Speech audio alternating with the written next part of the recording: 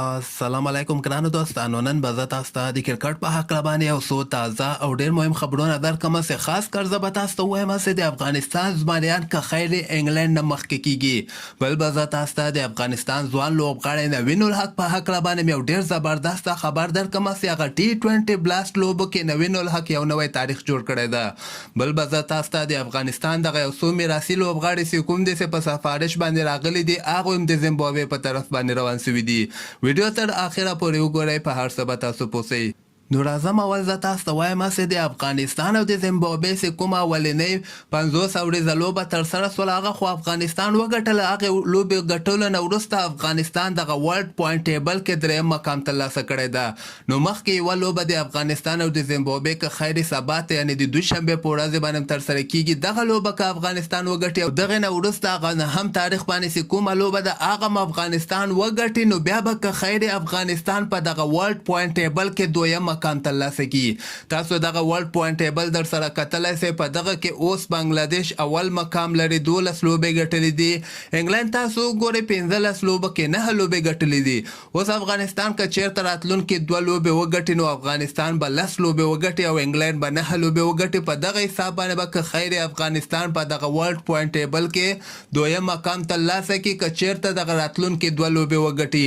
بل طرف ته هندوستان پوزیشن هم ښه ده، په 12 کې 8 لوبې ګټلې ده او استرالیا بیا 12 کې 7 لوبې ګټلې دي.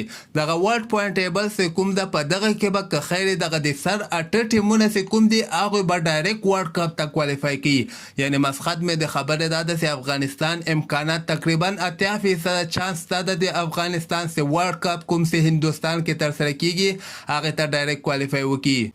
بل به زه تاسو ته د افغانستان ځوان لوبغاړی نوین الحق په هکله باندې یو ډېر زبردست او د خوشحالۍ خبر درکړم چې نوین الحق په T20 بلاست کې یو نوی تاریخ جوړ کړی ده. نن چې کومه لوبه ترسره سوله په دغه لوبه کې د نوین الحق د ټیم اول بیټینګ ترسره کړی او 103 رنز ټارګټ یې هغه بل ټیم ته ورکړی ده. تاسو وګورئ نوین الحق یو په زړه پورې بالنګ نندارې ته وړاندې کړی ده چې په څلور اورو کې صرف 11 رنز ورکړي دي او د مقابل ټیم 15 خطرناکه لوبغاړي آوټ کړي دي. دغه لوبغاړو نومونه به هم زه تاسو ته وښیم چې په دغه کې یو دانه ډیوین براو چې کوم ده د ویسټ انډیز آلراونډر دغه هم د نوین الحق له طرف نه آوټ شوی ده. کورن مونرو که تاسو پیژنئ خطرناکه لوبغاړی ده د نیوزیلینډ، دغه هم د نوین الحق له خوا نه آوټ شوی ده. بریټ اوریویرو دغه یو بل د انګلند ډېر خطرناکه لوبغاړی ده، دا هم نوین الحق آوټ کړی ده. او بارنر دا هم د انګلند ډېر خطري بیټسمین ده، دا هم د نوین الحق بولینګ په وجه باندې آوټ شوی ده. او دغه اخرنی لوبغاړی چې کوم ده دغه بیا بالر دی، یعنې څلور ښه لوبغاړي ورته نوین الحق په دغه لوبه کې آوټ کړي دي. نو دغه د نوین الحق په دغه څومره انټرنیشنل لوبې هم چې کړي یا لیګونو کې لوبې کړي دغې نه بهترینه بولینګ مخکې هېڅ کله نه و ترسره کړی.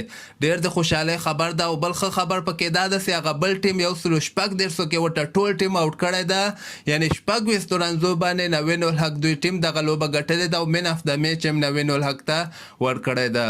او بل به زه تاسو ته وایم چې د افغانستان دغه درې میراثي لوبغاړي چې کوم د کوم ځای په سفارش باندې راغلي دي چې په دغه کې احسان الله جنت، افسر زازی او عثمان غني، دغه درې لوبغاړي نن د زیمبابوې په طرف باندې روان سوي دي. خیر درویش رسولي خو هغه مور په حق رسېدلی وله، درویش رسیم دوی سره یو ځای سوی ده.